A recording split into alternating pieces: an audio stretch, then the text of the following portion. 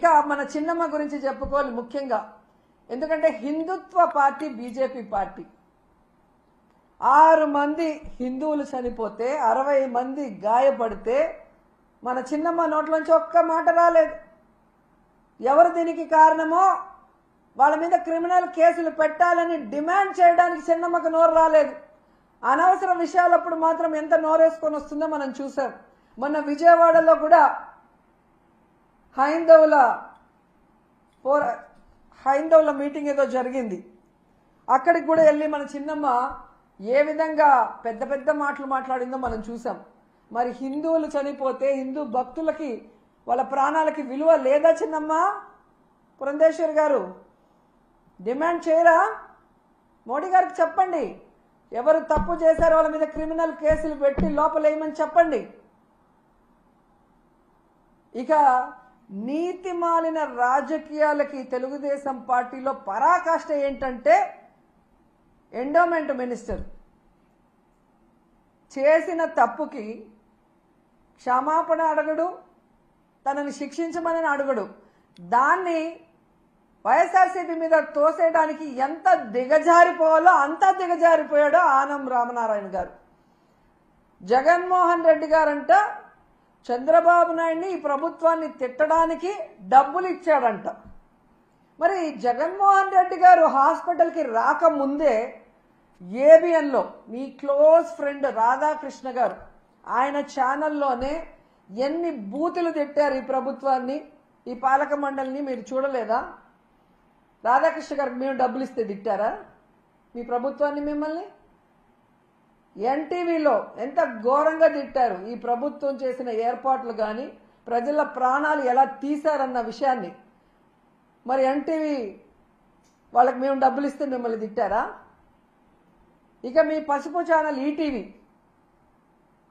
మరి రామోజీ గారి అబ్బాయి కూడా ఈరోజు ఈ ఎండోమెంట్ పాలక మండలి అలాగే ఈ ప్రభుత్వం వల్ల భక్తులు ఎంత నరక యాతన పడ్డారో కళ్ళారా కనిపించేలాగా చూపించారు కదా.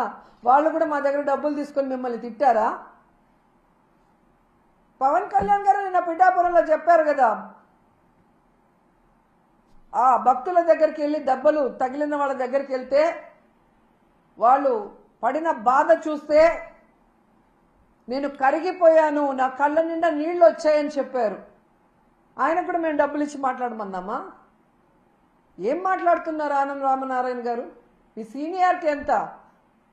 ఆ సీనియారిటీతో మీరు ఇక్కడికి వచ్చి కూర్చొని భక్తులకు అన్ని సౌకర్యాలు కల్పించి సేఫ్గా వాళ్ళకి దర్శనం చేసి పంపించాల్సింది పోయి ఇంత దిగజారుడుతనంగా మీరు మాట్లాడటం నిజంగా సిగ్గుచేటని కూడా ఈ సందర్భంగా తెలియజేసుకుంటున్నా.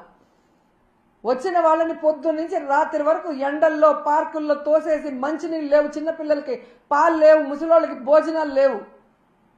టోటల్ ఫెయిల్యూర్ మీ ప్రభుత్వం. మీరు ఇంకా ఎవరి మీదో చెప్పి తప్పించుకోవాలి అనుకుంటే ప్రజలే మీకు బడిత పూజ చేస్తారని కూడా ఈ సందర్భంగా తెలియజేసుకుంటున్నాను.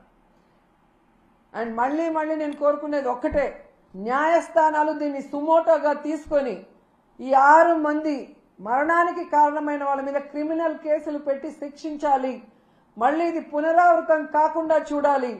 తిరుమల ప్రతిష్ట పరువు దిగజార్చకుండా కాపాడుకోవాల్సిన బాధ్యత అందరి మీద ఉందని కూడా కోరుకుంటున్నాను.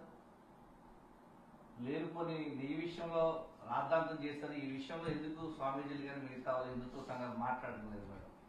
ఎంతసేపు జగన్ గారి మీద పడి ఏడవటానికి వీళ్ళందరూ. మరి ఈరోజు ఎక్కడికి పోయారు? ఆ స్వామీజీలు ఎక్కడికి పోయారు? ఆ సనాతన యోధుడు ఎక్కడికి పోయాడు? ఈ ఛానల్లో ఎందుకు డిస్కషన్ పెట్టట్లేదు మేధావులు విశ్లేషకులతో? వైకుంఠ ఏకాదశి ఉంది ఒక సైడు మోడీ గారి మీటింగ్ ఉందని తెలిసి కూడా కుప్పంలో స్వర్ణ కుప్పం అని చెప్పి సెల్ఫ్ డబ్బు కుట్టుకునే ప్రోగ్రాం ఎందుకు పెట్టారు? దానివల్ల ఏమైనా ఒక్క కుటుంబానికైనా లాభం ఉందా? కనీసం మీ మేనిఫెస్టోలో పెట్టిన సంక్రాంతి కానుక కూడా ఏ కుటుంబానికి ఇవ్వాల? మరి స్వర్ణ కుప్పం వల్ల ఈ 3 రోజుల్లో ఏం లాభం? 6 మంది ప్రాణాలు పోవటం తప్ప 60 మంది ఒళ్ళు ఎముకలు ఇరిగి హూనం అవటం తప్ప ఏం ఉపయోగం ఉంది? ఇంత అర్జెంటుగా పెట్టి ఆఫీసర్లందరినీ టార్చర్ పెట్టి ఇప్పుడు ఎవరినో బలిపశువులు చేసి అసలైన నీ భజన పరులు ఈ మరణానికి కారణమైన వాళ్ళని తప్పించాలని చూస్తున్నావు. ఎంత సిగ్గుచేటు. Please subscribe dot news.